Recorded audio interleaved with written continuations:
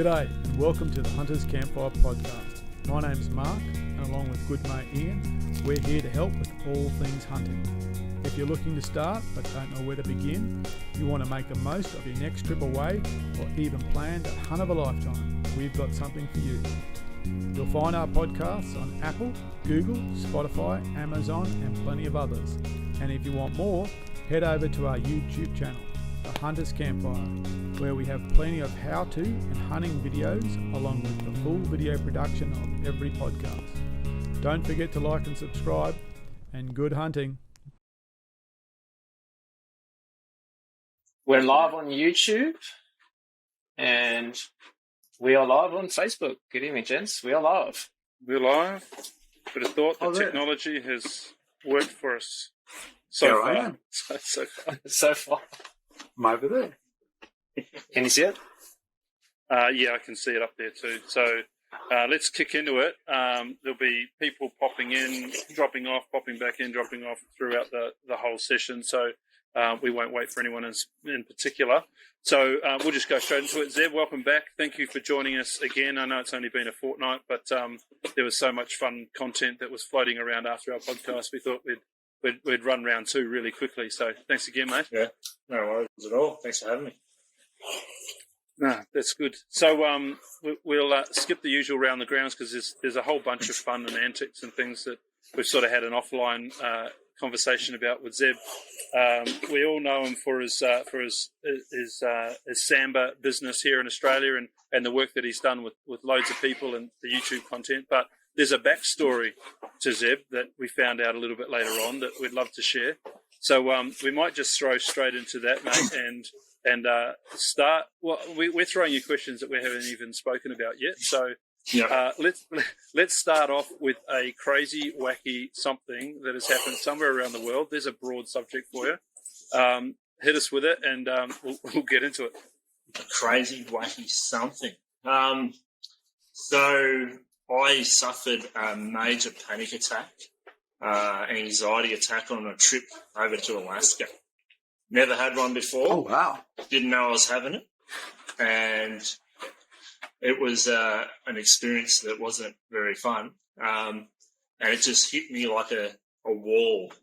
And what it was, I don't know what brought it on, but I'd already flown from Melbourne to LA, successfully, no dramas. LA to Seattle, no dramas. And then sitting in Seattle waiting to fly to Anchorage, something just waved over me, like a feeling just came across me, and I felt like I was going to miss the plane, even though I could see 100 people lining up to get on the plane. So I knew I wasn't, left behind or anything, but I had to get in line. And then when I got onto the plane, I kind of felt like it was going to crash. And so I was sitting next to a complete stranger, and I had a bloke with me that we travelled over with. And he's like, "Are you all right?" I'm like, I just feel like something real bad's going to happen.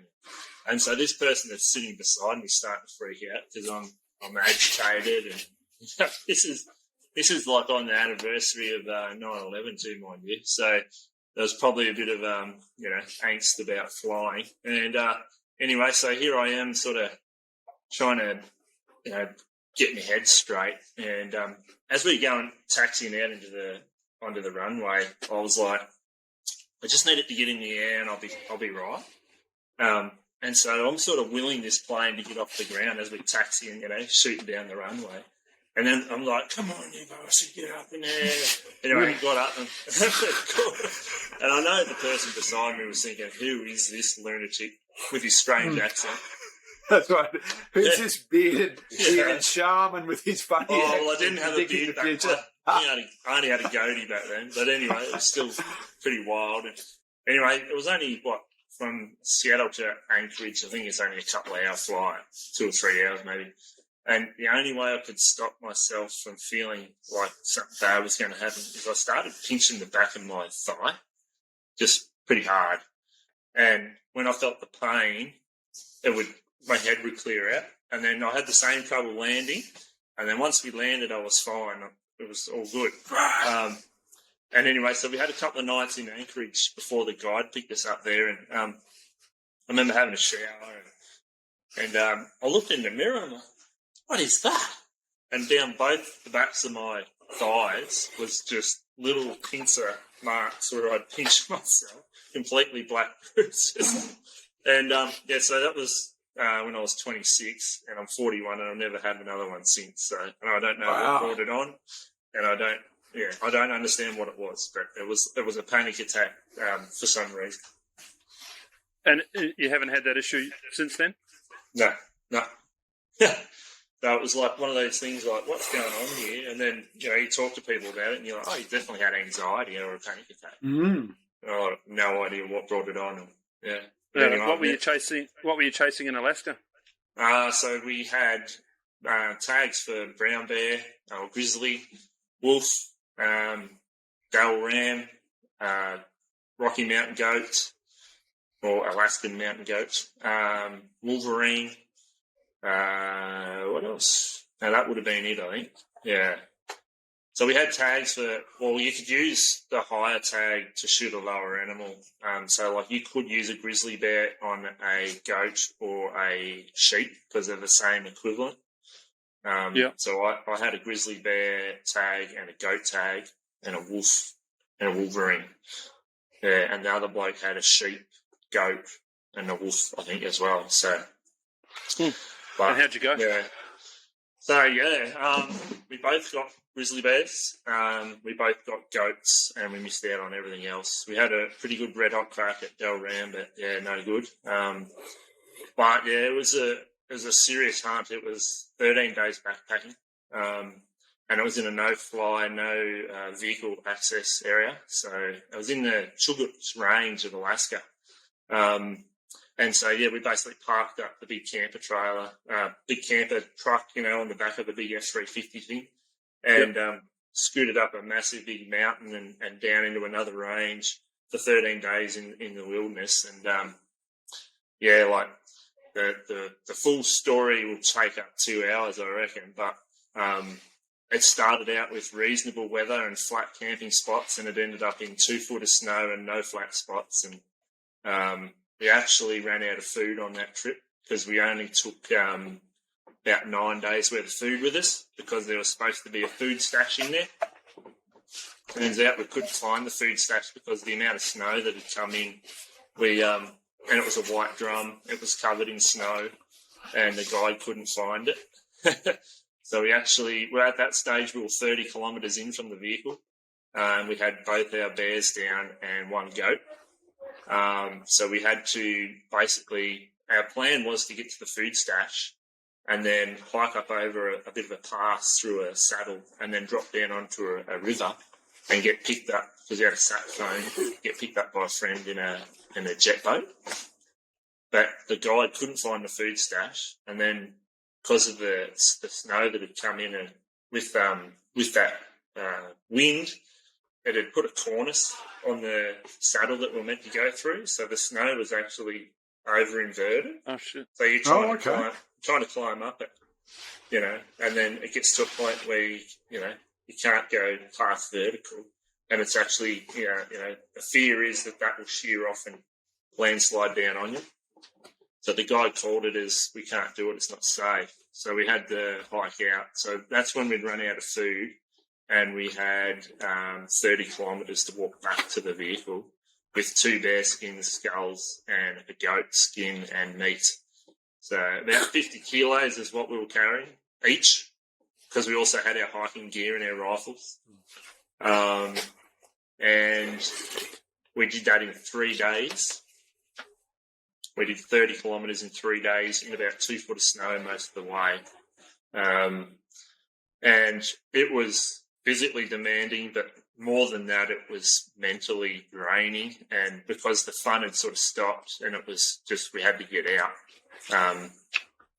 it just become a mental game. And this is one thing I don't know if I talked about in the last one, was where I'd actually been mentally broken. And this trip was when I'd been mentally broken. So with about 2 days to go, I started saying to the guide, I'm happy to pay for a helicopter to come and get me. And he's like, it's $2,500 US, And I'm like, yep, happy to pay it. Just send him in. And to his credit, he just kept saying, "Oh, we can't land a helicopter here. We'll have to land it, over where those lakes were. You reckon you can get to there?" "Yeah, of course I can. Yeah, no worries." And he wouldn't mention that we'd already walked past those lakes the following day, you know what I mean? So he'd pushed me past where he tried to get me to. And then he goes, "Oh, no, we can't fly into here. We'll have to fly up to there." And we got to the top of the hill, and then he's like, "Oh, there's the vehicle down there. You could see it like 5 miles away." So he'd actually tricked me into walking out, which was quite smart of him because, that's what guides have got to do when the clients are losing the plot a little bit. And I definitely was, lost my mental capacity to really put in that physical effort. Because 50 kilos over 3 days is a big effort. And we went in with 27 kilos, so it wasn't like, we hadn't had any easy days. And this is day probably 12 when I really broke. And because of the snow and everything, he didn't want to go over there's this little ridge. It's like really narrow, sheer cliff on one side and almost a sheer cliff on the other. It's only a couple 100 yards long, but very narrow and dangerous, and he didn't want to cross it. So he wanted to do 5 extra miles around this other ridge. And I just said to him, "I'm not doing it."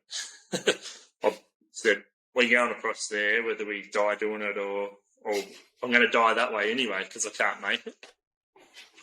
And anyway, so his idea was to undo your hip belts and your chest strap and go across on all fours. And if you got a bit wonky, you just tip your pack off, because that was what was going to throw you over the edge, that extra 50 kilo. So I went across first with a walking stick, poking, making sure the snow had a rock under it and all the rest of it. And anyway, after probably half an hour, 40 minutes, we got across that couple 100 yards. And then it was supposed to be easy going, but it's all downhill now. And we got a little way down the hill, and I was following these 2 blokes, and I just noticed that my legs were losing control a little bit. Anyway, we get going down this hill a bit, and I just sort of missed half a step, and it made me take a quick step, followed by another quick step, and all of a sudden here I am running down this hill. And I'm just like, "Get out of the way." And the guide's going, "What are you doing? You're going to kill yourself." I'm like, "I can't stop." And he's going, "Yeah, just grab a tree or something." So I picked out like a pine tree about this round and just drove my shoulder into it, just wiped me out, tumbled down the hill. He's come running up. He goes, "You all right?" I'm like, "I don't know what happened, but yeah, I took a quick step and I just started running. I couldn't stop." He's like, "Well, don't do that again." Yeah, right, so, like I meant it. Anyway, so got the 2 of them to help me back up again. Off they go again. And then I took a couple more steps and it happened again. It's just my knee gave way and I started running down a hill again. So I picked out another pine tree, took it out on the other shoulder, flipped over. And the guy's like, "What's wrong with you?" I said, "Oh, look at this." I just dropped my strides. So I just there in my jocks and my thighs were just like this, like uncontrollable shaking, like just totally melted down on me. I had nothing left. And I said, we just got to stay here until they get better. He goes, "You're going to seize up if you stay here." So I ended up trying to walk downhill back to front because the muscles were different. And I tried sideways for a while. And anyway, through doing different methods, I got to the bottom of the hill and we got out. But yeah, like mentally broke me that trip, and that made me realise, what he'd done to get me out of there was quite smart. And, I use that a bit now myself. I'll just pause you for a sec, Zeb. Where's your microphone? Is it in your headphones or is it in your computer, do you know? Because we've just got a few people saying that the volume's really low. All right. I might just try and fix that. So how can I adjust it? Speaker? You should, on your settings, you should be able to adjust the input volume on your microphone. There's a settings box on the left-hand side. Oh, yeah, yep. Output volume's full. It's full? Yep. So input volume is what we want because we want your microphone. So where's that, Jono? Should be just below that. Yeah, I don't have that on mine either. Otherwise, showing an input place. that echo calculation thing off? No, leave that Inside. as it is because the echo's fine. I just think maybe it's the microphone for your audio is in the computer, not in your headphones. Headset, yeah. So you just drag that computer a bit closer so that we've got Oh, yeah, right. Volume. Yep. Now say something, buddy. Righto. How's that any better? Yeah, we're just going to have to try and talk a bit louder, that's all, if that's all right. Yeah. That's fine. We'll let you yell at us. That's all right. All right, we'll persevere, and if it's we're hearing it loud and clear, so we'll get Yeah. Booming. video up You for guys. people. Yep. All right, so sorry, go, Mark. I just wanted to say, like, one question I've got about hunting in bear country is that, and I watch a lot of videos because that North American style hunting is what I really like. I mean, if there's one type of hunting that I want to do, it's North American rather than Africa. Because I'm just interested in the cold. Getting hot, traveling across the world to get hot doesn't really excite me all that much, to be honest. But so what's the process that you put in place when you've got that amount of meat and skull and fur, and you've got significant predators in the area? So when we shot the first bear, we camped on it and scun it out and buried it in the snow. And then and then continued hunting. And then we shot the second bear and we did the same. And then when we shot the goat, we were on the way out. So then we had to pick up the two bears on the way out. We with the bears, you don't have to carry meat. You have to carry skin with genitalia on it to do a sexing once you come back out, and the skull. So so you have a skull and a hide. Whereas with the goat, you've got to carry all salvageable meat and the hide as well with the same sexing and the horns. And obviously your tag. So is that the full bear, or was that like a cape with a set of testicles attached to it, or is it the full bear? So, with mine, I only wanted a half mount bear. So I've got like the front legs and all the way back to the butt, but no back legs and basically the pizzle and the balls. You have to keep that in it. Whereas the other bloke, he shot a female, so he wanted a full rug, so that was quite simple. You just got to keep it on there and not cut it off and throw it away, if you know what I mean. Okay. Oh. Yeah. And so when you do come out, you've got to go to Fish and Game and declare it all and show what you shot and what unit you shot it in and all the rest of it, the day you shot it. That all goes on your tag and everything. So. Okay. And how long after you started hunting bears did it take for you to lose that anxious feeling that I imagine you must have had about being in country with things that were going to eat you? Yeah, so it didn't really sink in until I saw a bear. So we hiked in, I reckon we were day 2 when we got into this big valley, and the weather came in on us, and we basically spent 3 days without moving because we couldn't see. It was just fogged in and snow. So trying to look for, white sheep and goats in snow is just and fog is just impossible. So we just hunkered down for 3 days. And so when you wanted to go to the loo or whatever, you could only go 30, 40 yards from the tent before you couldn't see it anymore. And the only reason I was confident to go any further than that is because you could see that your tracks in the snow. But when it was snowing really heavy, they were getting covered up pretty quick. And so when you're out there and you can't see anything but white, and you just think, wow, if the bear just come along, it's going to be right there. It's not. You're not going to see it from a distance and go, hey, bear, I'm here. It's just going to eat you, basically. So I started to think about it a little bit then. But then once we broke camp from there, when the weather started to clear, we hiked up sort of higher on the valley so we could glass down into the valley. And I remember sitting there, and there was a big series of lakes up this valley, and I was sitting there glassing, and I was seeing this thing, and I was like, what is that? I think that's a bear. So I called out to the guide, Steve, hey, Steve, come and have a look at this. I'm pretty sure it's a bear. Anyway, so he gets his spot and scope, and he's lined it up, and he's, and he's looking through it, and he goes, "No, that's not a bear. That's a wolverine." Huh. And so in my head, when you only see things in on documentaries and whatever, you have a size in your head. And I always thought that a wolverine was the size of a big dog, and a bear was huge. I'm looking at this thing going, my God, if that's a wolverine, I certainly don't want to see a grizzly bear because that thing's huge. And anyway, I'm going, are you sure that's a wolverine? Because that looks massive to me. And he's like, yeah, no. And he goes, oh, hang on a minute. Oh, no, it's a sow grizzly. So it wasn't as big as a big boar, but it was still a decent animal, like, a small cow sort of thing. And, so I was fairly relieved after that to know that a grizzly bear is not the size of a house. But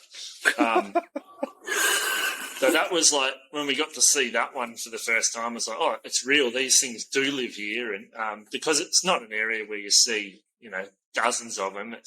We saw 2 grizzlies in 13 days, and we saw the tracks of another one. And we saw 1 black bear. So it wasn't like it was a high population area. But once you see one and you appreciate that you're just camping in a 3-man tent with not enough room for your backpacks or your gun. So the gun stayed outside. And the idea was that it couldn't eat all of us at once. So someone had to get out of the tent to get the guns. There just wasn't enough room. Simple as that. You couldn't. Yeah, I know. The whole idea of having like half a millimetre, not even half a millimetre, nylon between you and certain death is a bit freaky. Dave asked on the chat what calibers you were running when you were chasing grizzly. So I was running a 300 Weatherby with a 200 grain AccuBond. Yeah. Flinging it out. Was that your rifle, or did you use a That was mine, yeah. Took my rifle, yep. It was a Sauer 202, one of the original big heavy bloody things. I laugh at now. Oh, yeah. Big steel action. But it was a great rifle, but anyway. They're a lovely rifle, yeah. Yeah. Did you? I won't ask the other Dave's exact same question. Oh, he was asking what your tree climbing skills were like. Did you have to? Were you ever in a situation where you had to bolt for that? No. So the only trees were at the start of the track where we left the vehicle for the first probably couple of Ks, and then after that it was some shrub that was maybe chest high in spots, and the rest was rock and like almost like tundra, but in valleys, not big flat stuff. So no trees and nothing dead to start a fire either, mind you. I spent hours trying to light a fire and couldn't get one going. But when I saw my bear, so we shot the sow first. Old mate that came with me, he shot that first, and I think it was about 7.5 foot bear. Really pretty shape on it with blonde tips and really nice sharp teeth and all the rest of it. And you're allowed to shoot a sow if it has no cubs. So he shot that one. And then the following day we moved up the valley a bit more, and the guide was sitting there glassing with his spotting scope, and he just whispers to me, "Come and have a look at this, Zeb." So I hadn't seen anything yet, and I've come over and put my eye on the spotting scope, and right in the centre of it, it was about 600 yards away, was this massive, big, humped grizzly bear boar just feeding away on the blueberries. And he looks at me and he goes, "What do you reckon about that one?" And I said, "Oh, yeah, that's a real bear, isn't it?" He goes, "Oh, that's a proper bear. Let's go and get him, So, we stalked in to about 220 yards, and we're sitting there watching him across the river, and the guy goes, "Right, we're going to cross the river and we're going to poke up there and we're going to get to 75 yards. I said, "No, we're not." And he's like, I was "What do you mean?" from I said, "I'm quite confident from here. This looks like a good spot to shoot from because he doesn't know we're here. There's a great big river between us. So if for whatever reason he does want to charge us, he's got to do a lot of running before he gets to us." He's like, "Oh, no, I really like to be under 100 yards on these big bears." And so he had a backup rifle, which was the other bloke's rifle, which is a 325 short Magnum. So it was a decent caliber as well. And he goes, "Well, I'm going to back you up if it doesn't go well." I said, No, it'll be right. He goes, "All right then." So leaning over a rock, pack and everything, and he was telling me exactly where to aim. So he wanted to hit bone. He wanted to hit that front shoulder, so it would take away the mobility. Yeah. And anyway, as I'm lining it up, I just got that moment of just pulling, and I just kept the pressure off the trigger and didn't let that shot off, and then sort of slapped myself around a bit, took a big breath, and then got back on the aiming and squeezed off a real nice shot. Just dropped him like down, but then straight back up it come, and he sat down like Yogi Bear, but just was going. He's pissed now. Yeah. Holy shit. And you imagine how cold it was. Like the steam was coming out of his mouth, but it was also coming a full pass-through shot. The steam was billowing out both sides of his chest as well as his mouth. And it looked like he was just looking for what had just bitten him, like a bumblebee or bloody something. And so I just cranked another one in quick and boom, and dropped him again. And as he was rolling around, I boom, shot him again. And the guy's like, "Oh, that's enough." I'm like, "I still got another one." So that's hardcore. Yeah, it was pretty exciting. How a good friend Ben's online as well, asking a question. He's asked what piece of gear did you forget to take or didn't take that you would definitely take next time? On that trip, I only had very cheap rain gear, and it ripped on me pretty well straight away. So I lost my dry my rainproof pants, which meant that basically I was wet for 13 days. So I'd invest in some really, really good quality rain gear, which I think would have kept me dry for longer. It wasn't so much that I forgot much over there. It's just I took the wrong stuff. Like, I had socks that come up to my knees, which when the guy looked at me, he goes, "Oh, they'll be nice and warm, but they're the size of 3 pairs of socks. You could have had 15 pairs of socks for the 3 pairs that you've got." So, things like that. I lost my beanie while I was there, so my head got cold. But generally, the biggest thing was just being wet. So I'd invest in some really good rain gear. Yeah, righto. Okay. That's reasonable advice. I thought that would have been a given. Never mind. And the guiding experience? Yeah. So you've obviously picked a guide to go over with. Yep. That's necessary over there. I'm not sure of the exact rules for each state, but certainly you've got to play the game properly. How was your experience? Yeah, he was awesome. Like at the time, so I was 26, he was 40, I think, and fit, and just a champion, true champion, real good bloke. He was a one-man show. So he's the outfitter and the guide sort of thing. I think it's a little bit different for him now, but back then he was just a one-man show. And he was amazed. We were the first Aussies he'd ever had, and he believes of the 13 days that we hunted, we had 3 days in the tent. He reckons anyone else from any other part of the world would have had 8 or 10 days in the tent because of the weather, and most people would have quit on him and said, "Well, wanted to go out." Yeah. So he was quite impressed. Traveled a long way to be there, so you got to make the most of it. That's it, isn't it? But apparently that doesn't matter to some of these guys. That they just they get uncomfortable, and it was completely uncomfortable. It's a trip that now I look back on it, I laugh and I love telling the story. But at the time, half the time I was gritting my teeth because I was like, this isn't enjoyable.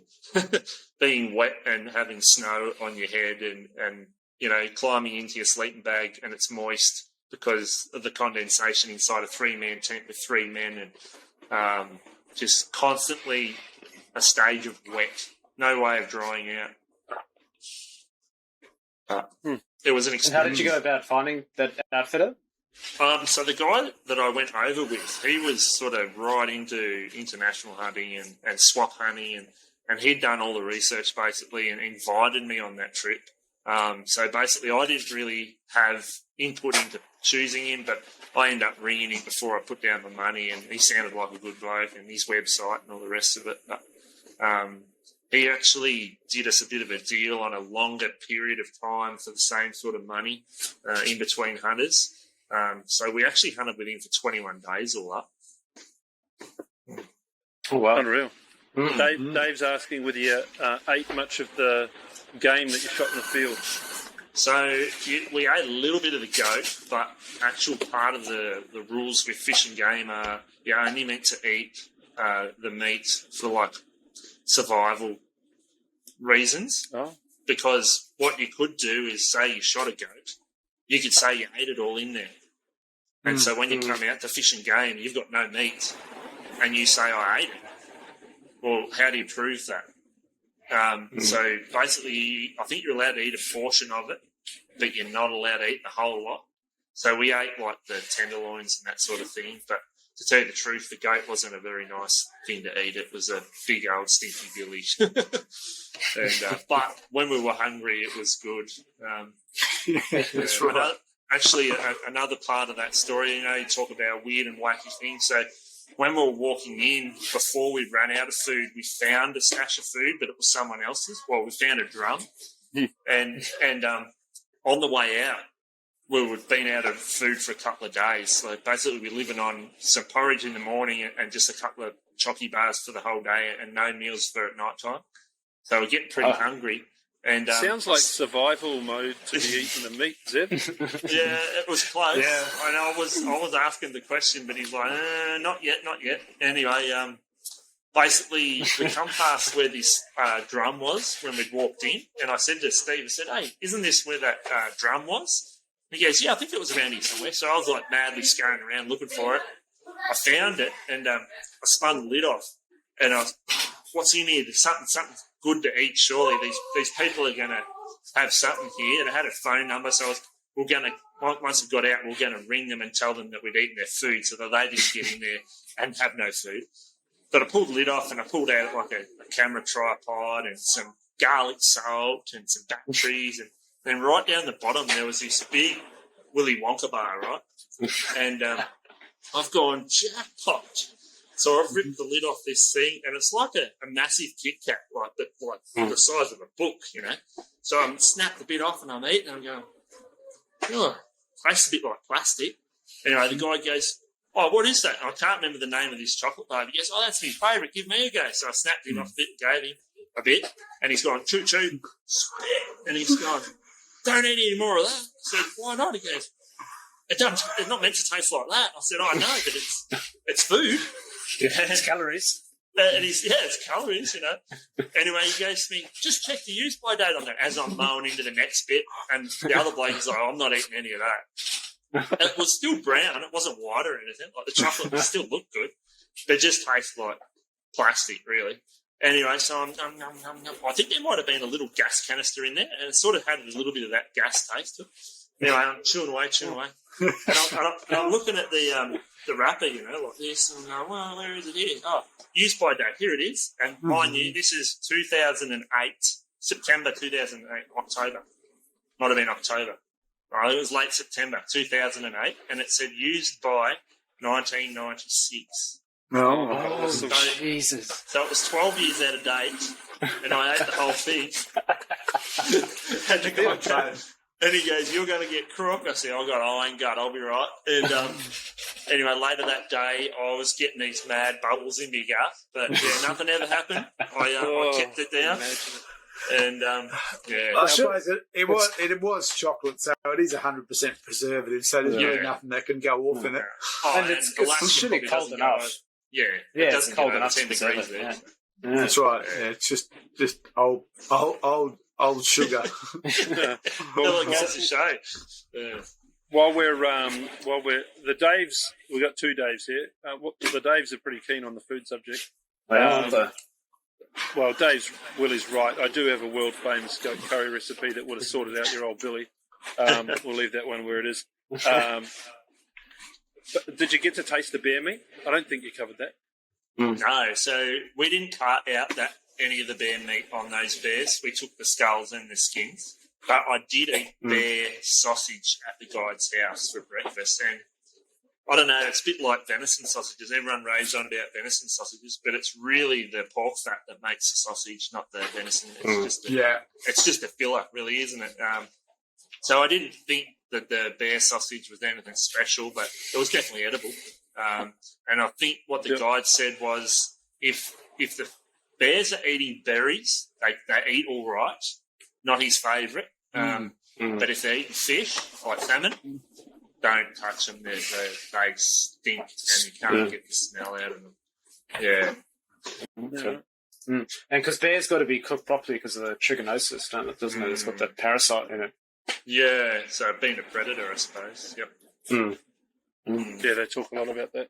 Yeah. So what on that same hunt you've talked about, hunting goat, a wild stinky old billy goat. What was the difference between it and what we have around here? Was it a different species?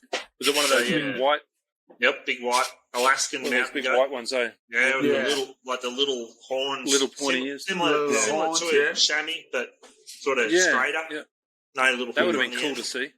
They were awesome animal, but they're quite dumb. Hey, we were chasing the sheep first, and we spent quite a few days on the sheep. I had a big ram. He reckons he was 40-inch sort of cow, and we just couldn't get him. Couldn't get close enough, and but we were watching this billy. He was a lone billy up on a real nasty rocky crag sort of thing, and every day he'd come down the same way and feed on this one little green patch. And so I just kept taking note every day.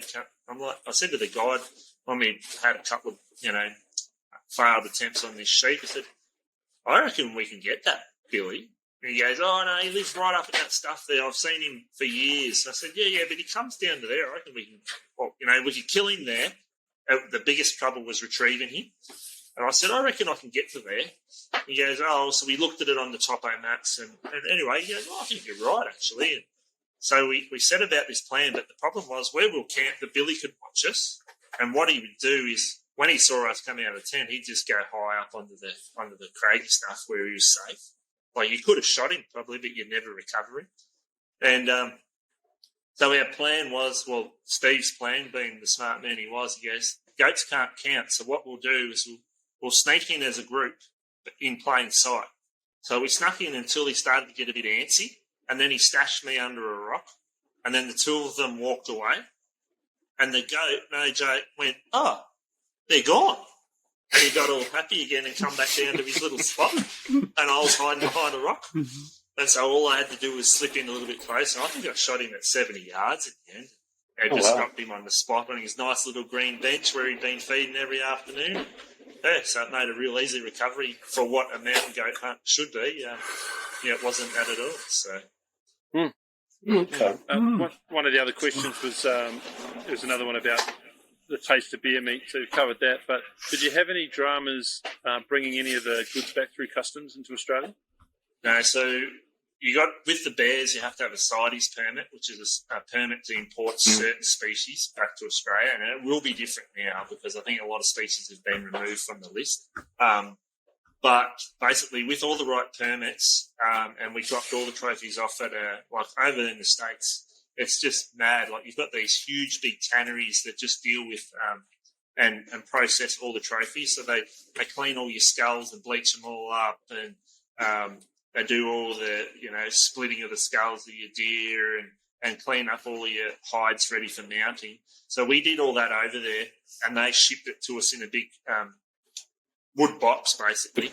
With it had about a half a dozen trophies in it in the end by the time we come home. And it took about 12 months to get home, mate, and it was like $1,500 each or something by the time we paid for all the travel expenses and getting it through customs in Melbourne and all the rest of it.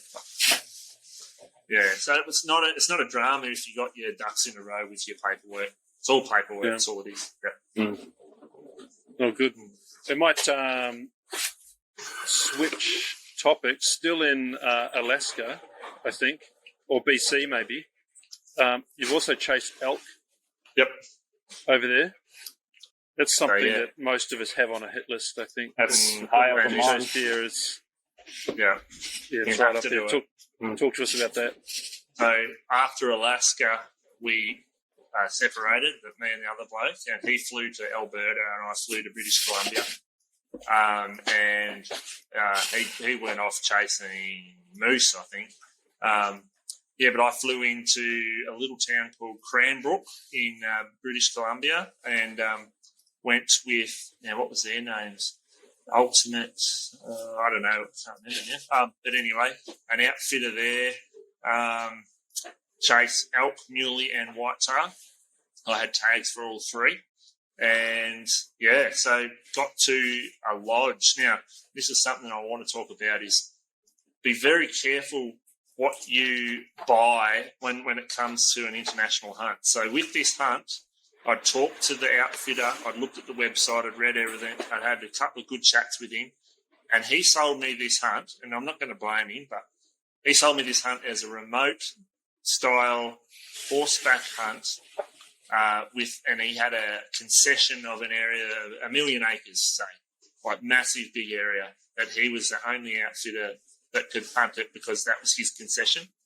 When I got there, we drove in on a main logging road, and fair enough, the lodge was across a river, which you had to go across on a swing bridge to get to because the river was too high. In summer, I think you can drive across it. But it was a massive big lodge. There was 15 hunters in camp, and basically their concession means that they're the only outfitter that's allowed to hunt it, but anyone that lives in the area, so any locals, can hunt it at will. And so it wasn't remote at all. It had a main logging road right up the middle of it, which all the locals would come up in the morning and just glass off the road looking for elk, and then off they'd go. So I found out real quick that it wasn't exactly what I thought I was getting myself into, because I thought we'd get to the lodge, we'd load up horses, we'd pack in for miles and maybe set up some sort of a fly camp or whatever.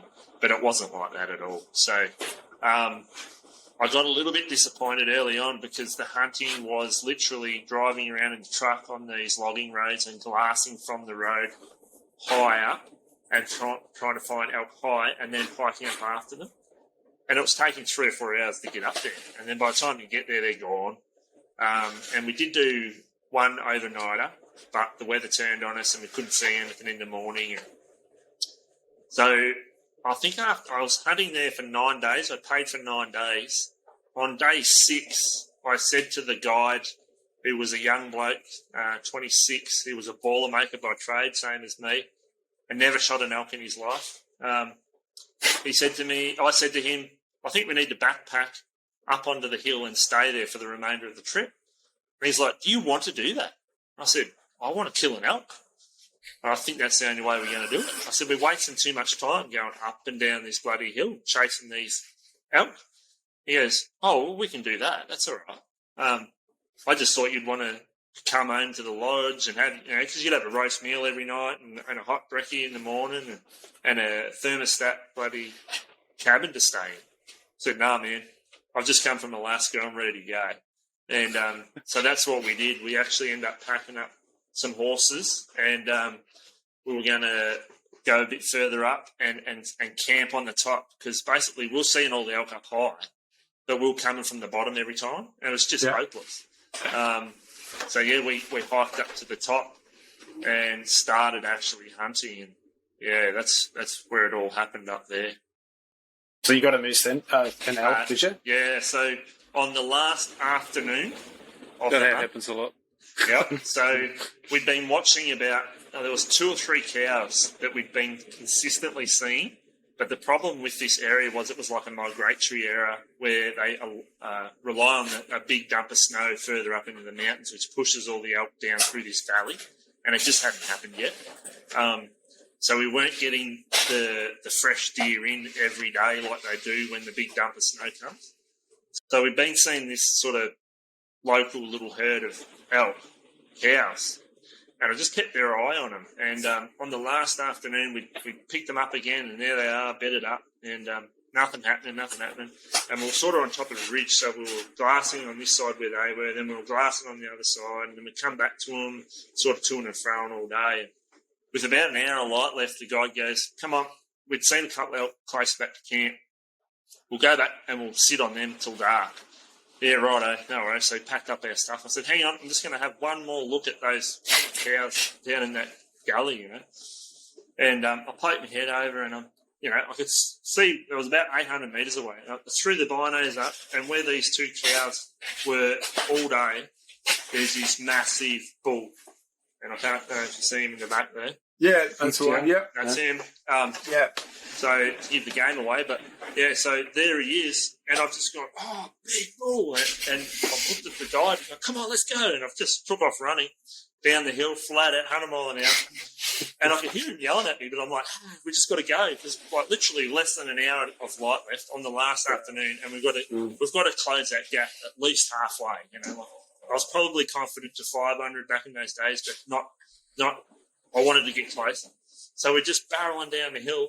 And I could hear him sort of yelling at me. And anyway, I tripped over and did a full cartwheel down the hill. Like, he lost all my stuff. And he's caught up to me. And he's gone, Pa. He goes, what have you seen? I said, I've seen a big bull. He goes, how many points did it have? I said, I don't know. All of them. All of them, yeah. He's like, it has to have 6 points on one antler to be legal to shoot it. How many points did it have? And I said, I don't know. He goes, we could be wasting all our time chasing this bull. I said, well, it's the only bull we've got a chance on today, and let's just go. He goes, well, we need to calm down, we need to slow down, and so we don't bump any other elk out of the area. So we went down a little bit more, and then we cut out to the clearing. He goes, we've just got to get glass on him and count his points before we go any further and waste any more time. So we popped down to this clearing, and I found a nice little log to set up my pack on, and I got my rifle set on him, and he actually bedded down. And I ranged him, and this is back in the day when you didn't have angle compensation in your rangefinder. It was just line of sight. And so I had all these calculations going in my head, so I was like, well, that's 40 degrees. Like, it was very steep. And so I was like, 330 metres it was, and my rifle was sighted in for about 270 to hit smack on at 270. So I went, I reckon this is actually going to hit a little bit high because of the angle. And anyway, the guide's there. He's got the spot scope set up, and I could hear him sort of mumbling to himself. And I'm looking across at him, and I said, "How many points?" And he goes, "He's got 5 on his left, on his right, actually." I was going, "Oh, really?" He goes, "And I know there's a big 5x5 in here." And I'm like, "No." Anyway, he's gone 1, 2, 3, 4, 5. He's going, "Come on, turn a little bit, turn a little bit." He goes, 6, kill him.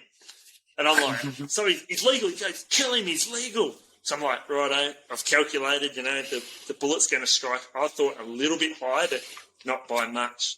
So he's bedded down, and we're shooting, so he's bedded away from us, but shooting down. So, you've lost a fair bit of the chest to aim at. So, but they're a big animal. Anyway, I aimed roughly low, like heart, and I squeezed off a shot. And, the colour transition between the neck and the body, like the brown neck into the... I hit just in the cream, and I could see the red just straight away and start spilling out.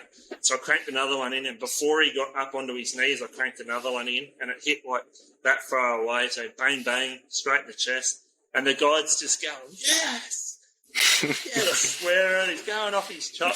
He's pulled out his UHF radio, switched it on, he's yelling at them down at camp because that was our it's our 9th day, and no one in camp had shot an elk. 15 hunters. So he was like, yes, we've got one. So he's onto the outfitter back at camp. We've killed a bull. And I'm like, no, we haven't. They're standing up. Shit. Yeah, so I've cranked another one in, and I'm trying to, he's got a really hard quartering away shot now. So I've sort of tried to come up the front leg and then back a bit, and I've squeezed off just as he's moved a bit. Anyway, I've hit the front leg, and it's done the old, flappy leg, yeah. Oh, well, the 2 first ones were good hits anyway, but...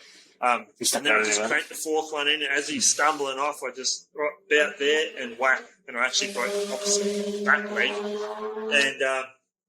and he still just stumbled off, and I was like, and I'm just coming over, he's hugging me, and we're rolling around on the ground. I said, calm down, he's not dead yet. Like, I'm so used to Sander, and he's like, nah, mate. He goes, I was watching through the spot scope. Those first 2, they're just money shots. He goes, we're not going to look for him.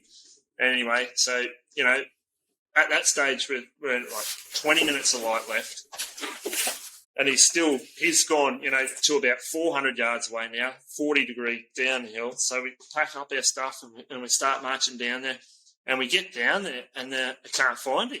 found the bed with some blood and nothing. And I'm like, "Whoa, no." And then I heard this rattling noise, and it sounded like the antlers rattling through the pines. And I was like, "Oh no, he's up." So I ran down to try and chase this noise, and I get down there, and because it's getting gloomy, and once I pushed into the pine forest a little bit, it just comes in on you. And, I was like, "Oh, where is it?" And anyway, I looked over this little rocky bluff, and one cow came out, and I'm like, "Oh, you beauty," righto. So I got ready. Another cow came through, and I'm like, "This big fella's just going to be limping along behind these girls for sure." And I waited and waited and waited, and nothing. And then by this stage, it's gone pretty much pitch black dark. So I've had to get my headlamp out. I'm like, all right, I'll go back up to where the guide was. And I get back up there, and we found the blood, and we start tracking the blood a bit. And I said, I'm just going to go around here just in case he's got up, whatever. And he's tracked him into this, like, thick elder sort of thicket. And he's going, Zeb. I'm like, "What? Have you got him?" He goes, "Come over here." I said, "Have you got him or not?" I got a bit antsy at him. He goes, "Yeah, I've got him." I'm like, "Woohoo!" Yeah, we went in there, and he'd only gone about 50, 60 yards, but with 4 bullets in him, he made an effort to get away. Wow. Yeah, and so he was 50 inches long, 6x5, a really old animal, with a bit of a blade on one antler up on the top ones, and it was pretty awesome. And the story goes on. So we had to tape him in the dark with bears in the area. That's the experience, man. That's the full experience. So my guide's knife was blunt, and I said, "What's going on?" He goes, This sounds like this guide. I tell you now. Don't mention his name. No, he goes, "It's only scun 3L." I'm like, "Before you've sharpened it again?" He goes, "Yeah, it should be right for another one." I'm like, "God, mate." Anyway, get out of the way. So I started caping. He goes, "Geez, that knife's sharp." I said, "That's how your knife should be after every time you've used it. You should touch it back up again." Anyway, so I caped this bloody big deer out, and I face caped him as well. And then we butchered him all up, and we put him in bags. And what we had to do, because where we were about 1 kilometre vertically below camp. So we stashed all the meat, and I climbed up this big pine tree and stashed the antlers up in there. I wasn't losing them to a bear or a wolf or anything.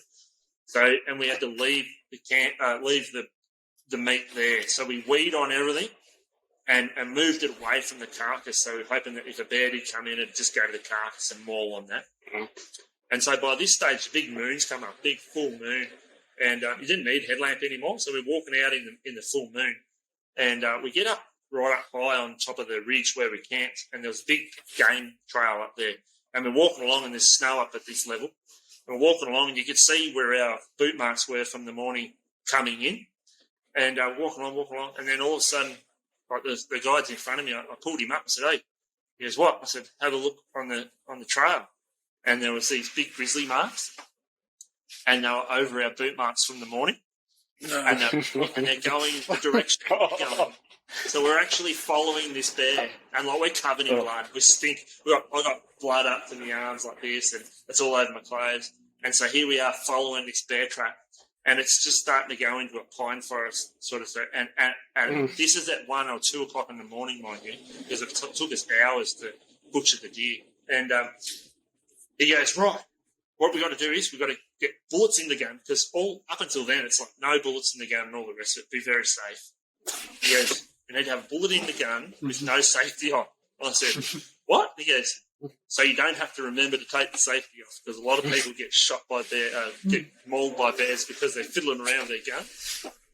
And he had I don't know what brand it was, but it was a 308 lever action, this long. Oh, you can't see, but a little short, stubby 30-30 with open sights.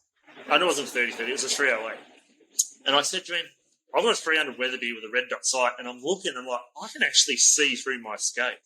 I said, "I'm going in front, because if this thing charges us, I think I've got a better chance of stopping it than you do." He goes, "Oh, if you're prepared to do that." I said, "Yeah, man, let's go." He goes, "Right, we've got to be real noisy, so we've got to yell out." So here I am walking through the bush with my gun on the shoulder, no safety, bullet in the chamber, going, "Get out of here, bear. It's an Aussie coming through, and if you come near me, I'll shoot you."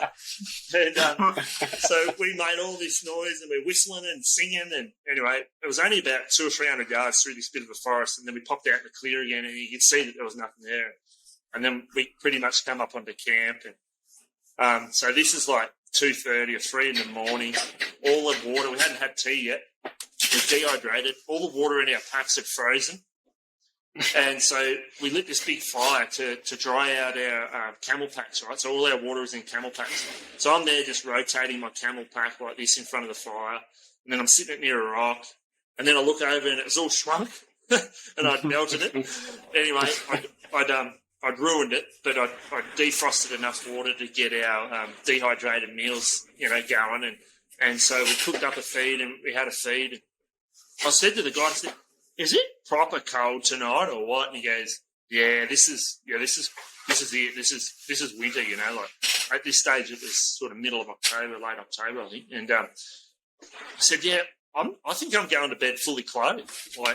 So we were just camped under an 8-foot by 10-foot blue tarp, right? In our sleeping bags. My sleeping bag was a -10, and we got there, and I was like, you know what? And all in Alaska, what I learned in Alaska was you took your boots off, right? And in the morning, they were frozen. So you're trying to get your foot in this frozen boot, and you're thumping it on the ground, and then your shoelaces are out like dry spaghetti, you're trying to bend them. And I just thought to myself, I'm not dealing with that in the morning. Tomorrow's my last morning. I'm going to bed in my boots, so I've got warm boots in the morning. So I climbed into my sleeping bag with everything on. So boots, pants, all my gear I had, big puff jacket, everything, climbed into my sleeping bag with my gun beside me because we all still covered in blood. Still covered in blood. And to Dave's point, but you didn't get any blood on your rain pants, which I thought. No, I didn't have them at that stage. They were gone. Anyway, so yeah, we rested. I didn't sleep. It was that cold. I was actually cold. We woke up in the morning and we radioed camp to bring a meat packer up for us to help cart the elk out. It was in a spot where we couldn't walk the horses into, so we had to hike it out by backpack. Anyway, he came up and met us right on daylight. We had the fire going again, and he goes, "How'd you boys go up here last night?" I'm like, "Oh, man, it was cold." And he goes, "I reckon it would have been on the thermometer at the lodge. It was minus 26 degrees Celsius." And I'm like, "Yeah, that's why I was cold." Yeah. Because like even breathing hurt. Yeah.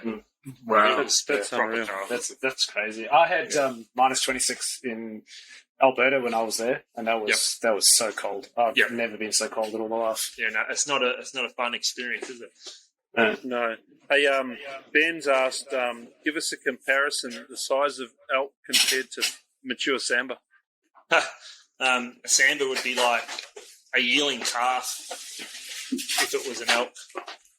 Seriously, when I was caping the elk, he had died like as if he would bedded up and gone to sleep. So he was in a great spot to actually cape him.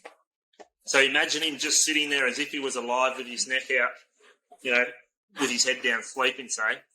And so his wither, which, the top part of his shoulders, like on a horse, when I stood one leg each side of him, and I'm 6'4", when I stood with a leg each side of him, my crutch was touching his wither. So I'd estimate him to be about 600 kilos and about the size of a standard Australian stock horse. If you're into horses at all, like a fit 600 kilogram stock horse is about the size of an elk. The head size is about the same. Their heads are enormous. They're like 20 inches long. Wow, that's massive. That's huge. Did you have to pack out all the meat? Yep, all the meat. So I think we had about 50 kilos each between the three of us. How did your guide go with that job? He didn't. You seemed to lead him the whole way down the hill, back up the hill. It was quite funny because when the meat packer got up there, he came up with an empty pack, but we still had our camp gear. So we sort of split our camp gear between us, and I got the cape. I think the tender, like the eye fillets, which are like the size of back straps on a sambar, and the head. And I was strapping that all into my backpack. And he looked at me and he goes, "What are you doing?" I said, "Oh, I'm trying to work out whether it's better to carry the antlers this way or that way." And he goes, "You don't have to carry any of it, mate. We'll carry it all." I said, "You're not going to carry all this in one go. I have to help you." And they're like, "Are you going to help?" Like, they're so used to having people that just shoot and that's it. Go back to the lodge and have a beer. Yeah. Yep, exactly. So, I carried 50 kilos again, and I carried the antlers facing down, which when we walked down the hill, they were so long they were actually dragging on the ground going down the hill. It was a total pain in the butt, because when you got to something really steep, they were pushing you forward. So then you had to turn around and have the antlers on the downside of the hill. And then, of course, trying to fit between trees, because it was about 40 inches wide too. So, yeah, it was another experience. Crazy. Wow. That's crazy. And the meat from the elk, it gets donated, doesn't it? Yeah, so I just gave it to the outfitter because all the meat that they process in their kitchen is game meat. So while I was there, I ate elk, bighorn sheep, mountain goat, whitetail, and moose. And the only one I really didn't like again was the goat. The bighorn sheep was just like lamb. The favourite was elk. I was going to ask you, which one was your favourite? No joke. I was arguing with the chef. I thought it was Wagyu beef because it actually had marbling in it. And I'm like, there's no way that this is from a game animal. And they're like, we don't cook, don't even say that to us. They were actually getting real upset that I was telling them that it was beef. Wow. Wow. So did you get the opportunity to look for moose? I saw moose, but I didn't have a tag for moose. Yeah, it's another size again, eh? Yeah. I never saw a bull. I saw cow moose in Alaska in the street, like not in the main street, but in a residential area where it was eating on people's front lawns. And you've got no idea about them. They're just ridiculously tall and lanky and real goofy looking things. Unreal. I'm just checking these. One at top of my list is moose and elk. So my North American list. Yeah, absolutely. Was it so this was all done in one trip, you were saying? So you went to Alaska, you've done the bear and you did the goats, you went and chased. So that's the elk, and then on to whitetail. How long were you there? I was away from home for 5.5 weeks. Yeah. So it was a 9-day hunt in BC and 21-day hunt in Alaska, with days here and there in between sort of things. Couple days, yeah. So I did end up getting a little whitetail too on that same trip, which was just basically sit and wait hunting on a cut block, which is like a logging coop sort of thing. And a nice little buck walked out right before dark, and the guy goes, "Oh yeah, he's a small one." I said, "Well, he's a lot bigger than the one I've got." He goes, "Well, how many inches is the one you got?" I said, 0. And he's like, "Oh, well, do you want to shoot him?" I said, "Yeah, I want to shoot him for sure. Like, he looked good to me." And he goes, "Oh, you can shoot him if you want." And anyway, so I did. And, we carted him out cold.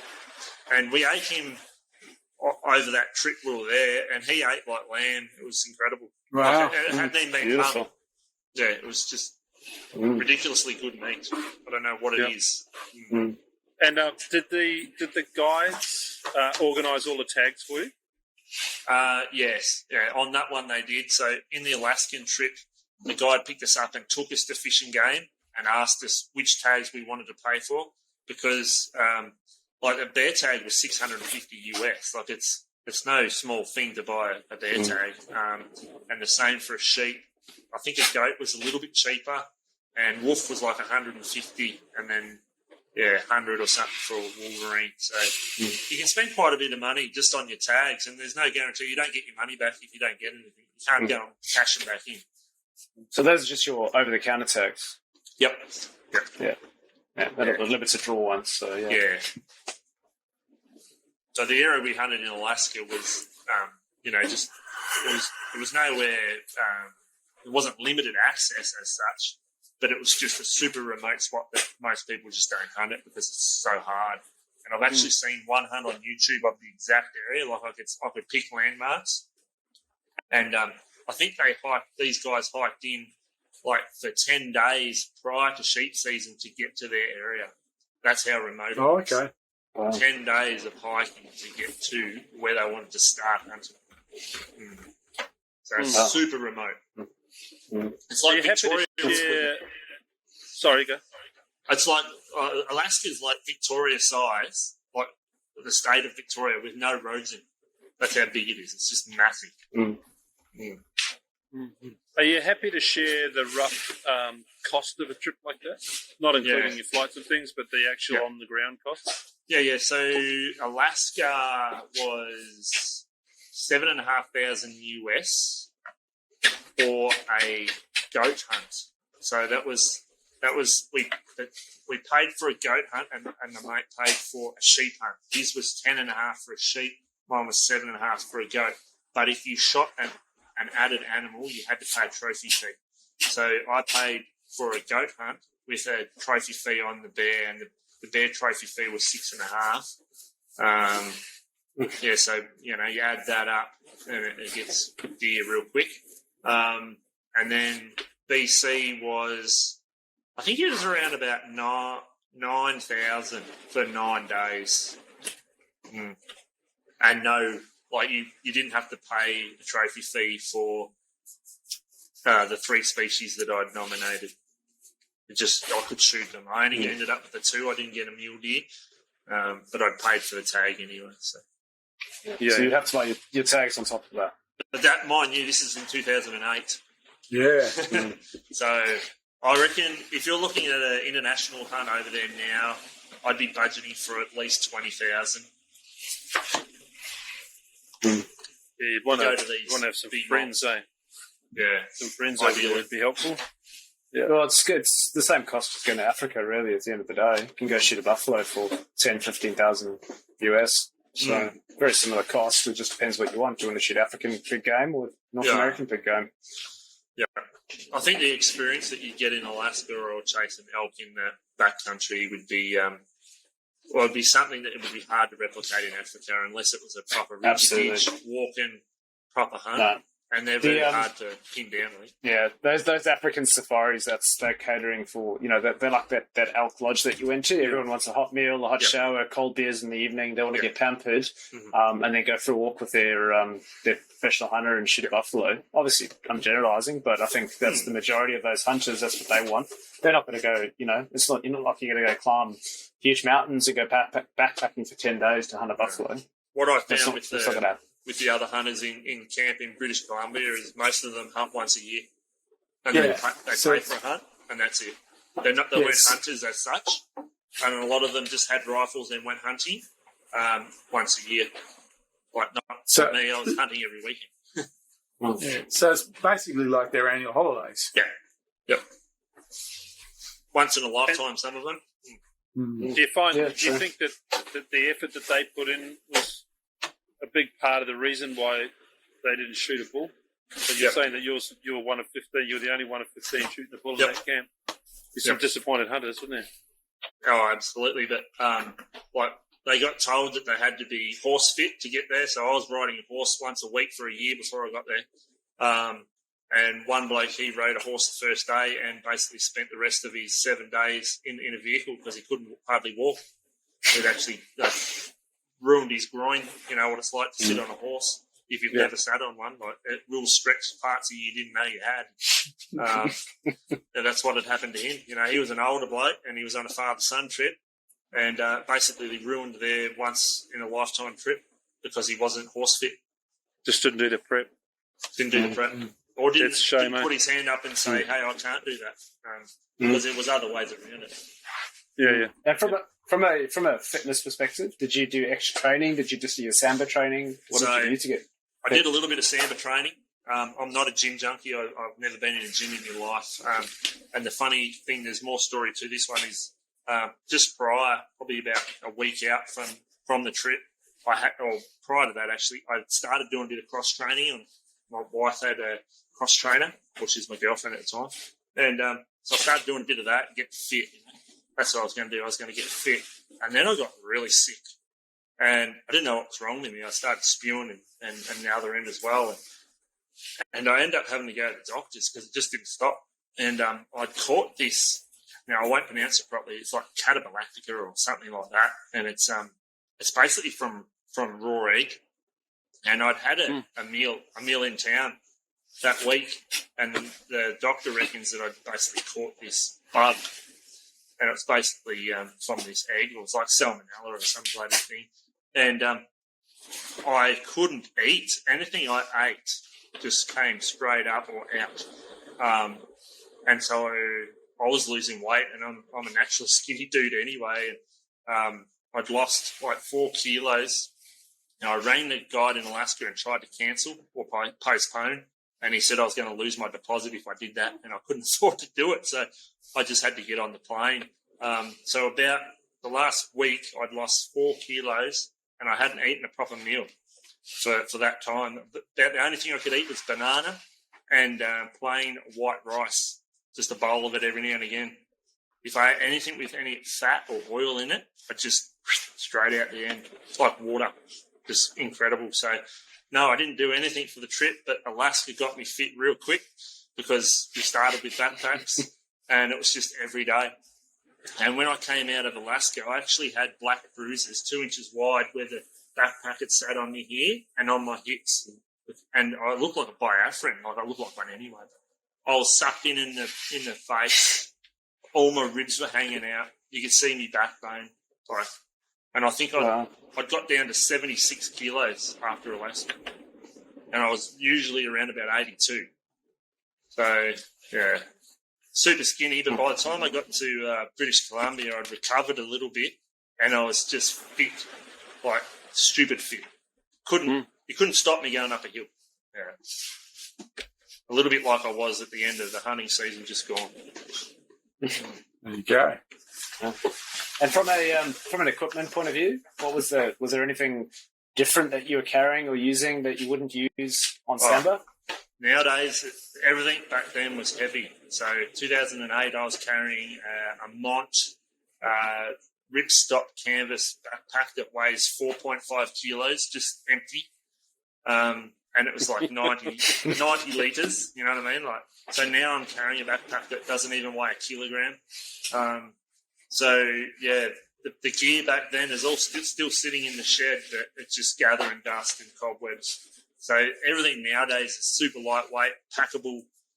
It's warmer, it's better gear. Like even the jackets and stuff that I wore over there, I've never worn them since. And you just look at them and go, oh, they're just so outdated. The gear we've got now is just incredibly lightweight and warm. So the gear is just so much better. Yeah. Well, we might switch topics again. Unless there's any other questions from you guys on Alaska and BC. Did you hunt any other animals overseas? Have you hunted anything else overseas? That's been your big trip. I spent all my money on that one. It sounds like it. There's your house. It was a big trip. I was just lucky that I'd been on some really good jobs prior to that, and it was like when I was over there, I was telling everyone this is my once in a lifetime trip, and they're all like, "No, you'll be sucked into it." I'm like, I can't afford to do this ever again. Yeah. Especially now I've got a family and everything. Like, there's no way I could spend that sort of cash. Right. So the message to the young bucks that are listening is get it done now. Absolutely. Because there's going to be trouble later. All right. Let's bring you back to Aussie then, because there's been some interesting stuff that you've done there. I've lost my notes. They're somewhere in here. But there was one that... Oh, no, you go, John. There's just a quick question that's come through from Ben. Saying, do you have a piece of gear you love or trust that you were using then that you're still using now? Yeah, my binos. So Sawaski, what are they? The best. Absolutely the best. Yeah. So SLCs, 8.5 by 42s? 10 by 42s. But 10s. I will say I bit the bullet for that trip. In 2007, I bought a pair on eBay, $1,500, which was a lot of money to me back then.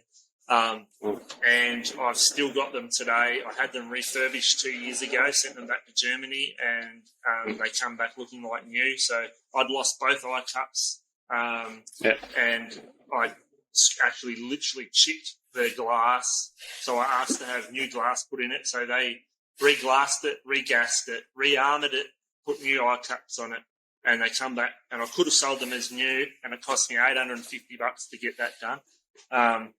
But yeah, that's the one bit of kit. I reckon the only bit of kit that I'm still using today, and that's a big lesson for people is when you're looking to buy optics, buy the best that's out there. Don't buy the best you can afford. I've got a pair of Swarovski SLC 8.5 or 42s. I've had those for probably 12 or 15 years now. Same thing. I damaged one of the R caps on it. Contacted Swarovski here in Australia, and they sent me out a new one within a day. It was brilliant service. And I love that piece of glass. They're amazing. Yep. Yeah. That's awesome. They just don't lose their quality. You know what I mean? No, absolutely not. They're awesome from day one, and 20 years' time from now, they'll still be awesome.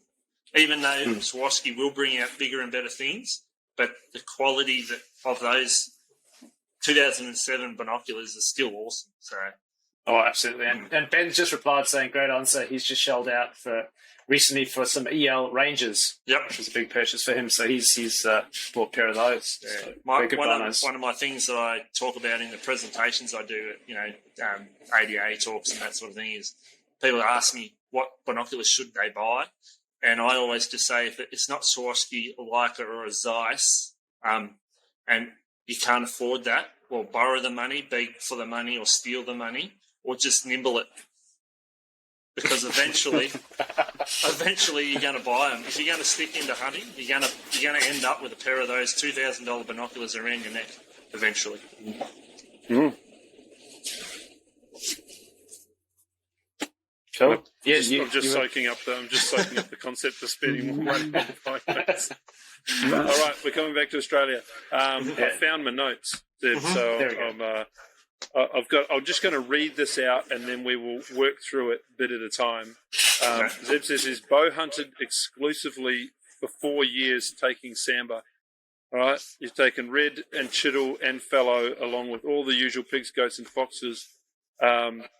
And then you said down a bit later in our conversation that you lived in a tree stand or a tree for 3 days and 3 nights straight trying to hunt hog deer. Let's start with that. Okay, so it's not an original idea of mine to have done that. I have a mate of mine that's a very successful bow hunter, and he has stayed overnight in a tree prior to the season. So he goes in it, the night before, climbs up there, so he's ready for the morning. So he's not got the scent on the ground and all the rest of it. And I thought it was a great idea. So I built this tree hide in this spot overlooking a water source, and I had a camera on there, so I had the deer that I wanted that was coming in very regularly too. And so I thought I've just got to stay in that tree, and I took 5 days off work. So I figured if I went in the tree the night before season, and I had the whole week, I took enough food with me to not come out until I had the deer. I figured I'd get in the first day, because that's usually the best time to get a hog deer.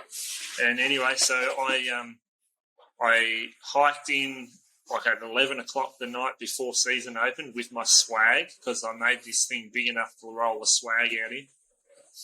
I climbed up my tree and set up my swag and went to bed, up the tree. So I slept the night up there, and then in the morning got up, and it's season, so I'm already there. I'm bow hunting, so I'm set up there with my bow hanging in the tree, and I had a computer chair, like a desk chair with a swivel with the lay back. So I had one of them up there. It was quite comfortable. Anyway, so I sat up there dead still, and I had camo nets all around me, and it was all good. And I'm sitting there, and then just when you're sort of starting, because hog deer don't tend to move until a little bit later in the morning. They're not sort of like other deer where you get them at the crack of daylight, unless you're sort of hunting maybe paddocks. But this was back in proper bush, and I hear this bloody huffing and puffing, and then kangaroos running past, and then it was a dog yipping and yapping, and it was chasing these kangaroos. And then I could hear the bloke yelling and whistling to it, and I'm going, oh my God, because I wasn't actually far from where people would probably walk a dog or whatever, but it was all legitimate where I was, but it was just close by. And I thought, that's just blown me whole morning, because this dog's running around chasing all these kangaroos. So anyway, nothing happened that morning. So I'm, however many hours in I am, probably 10 hours in, and nothing's happened. And mind you, I had my phone switched off because I didn't want anyone to message or ring me and spook the the hog deer of my dreams coming in at that crucial moment, So I had my phone turned off, so I had I wasn't playing any apps or anything like that. I did have a magazine up there, but I was just sitting there intently looking because it was a very tight area too. I couldn't see far, so they were just going to arrive and be within range, basically. And anyway, I sat there, and I had birds come in, and I had a couple of wallabies scoot past. And it wasn't until later in the evening that I actually saw my first deer. I actually heard it coming in behind me, and I'm like, beauty, here comes one. And, it was stomping its foot at me because I think that the air might have been swirling just a little bit.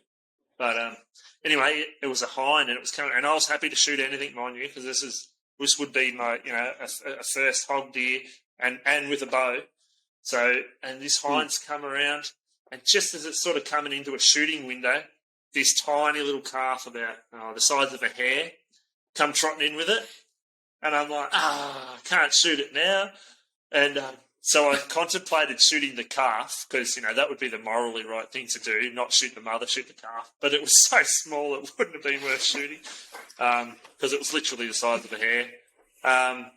So she came in, that was the afternoon, and then nothing up till dark. So I decided to stay, so I let it go dark, and then I turned my phone on mute, and I sent a message to my wife saying, staying in the tree tonight. She's like, I hope you're nice and warm up there. She thought I was an absolute idiot. And so this is night 2.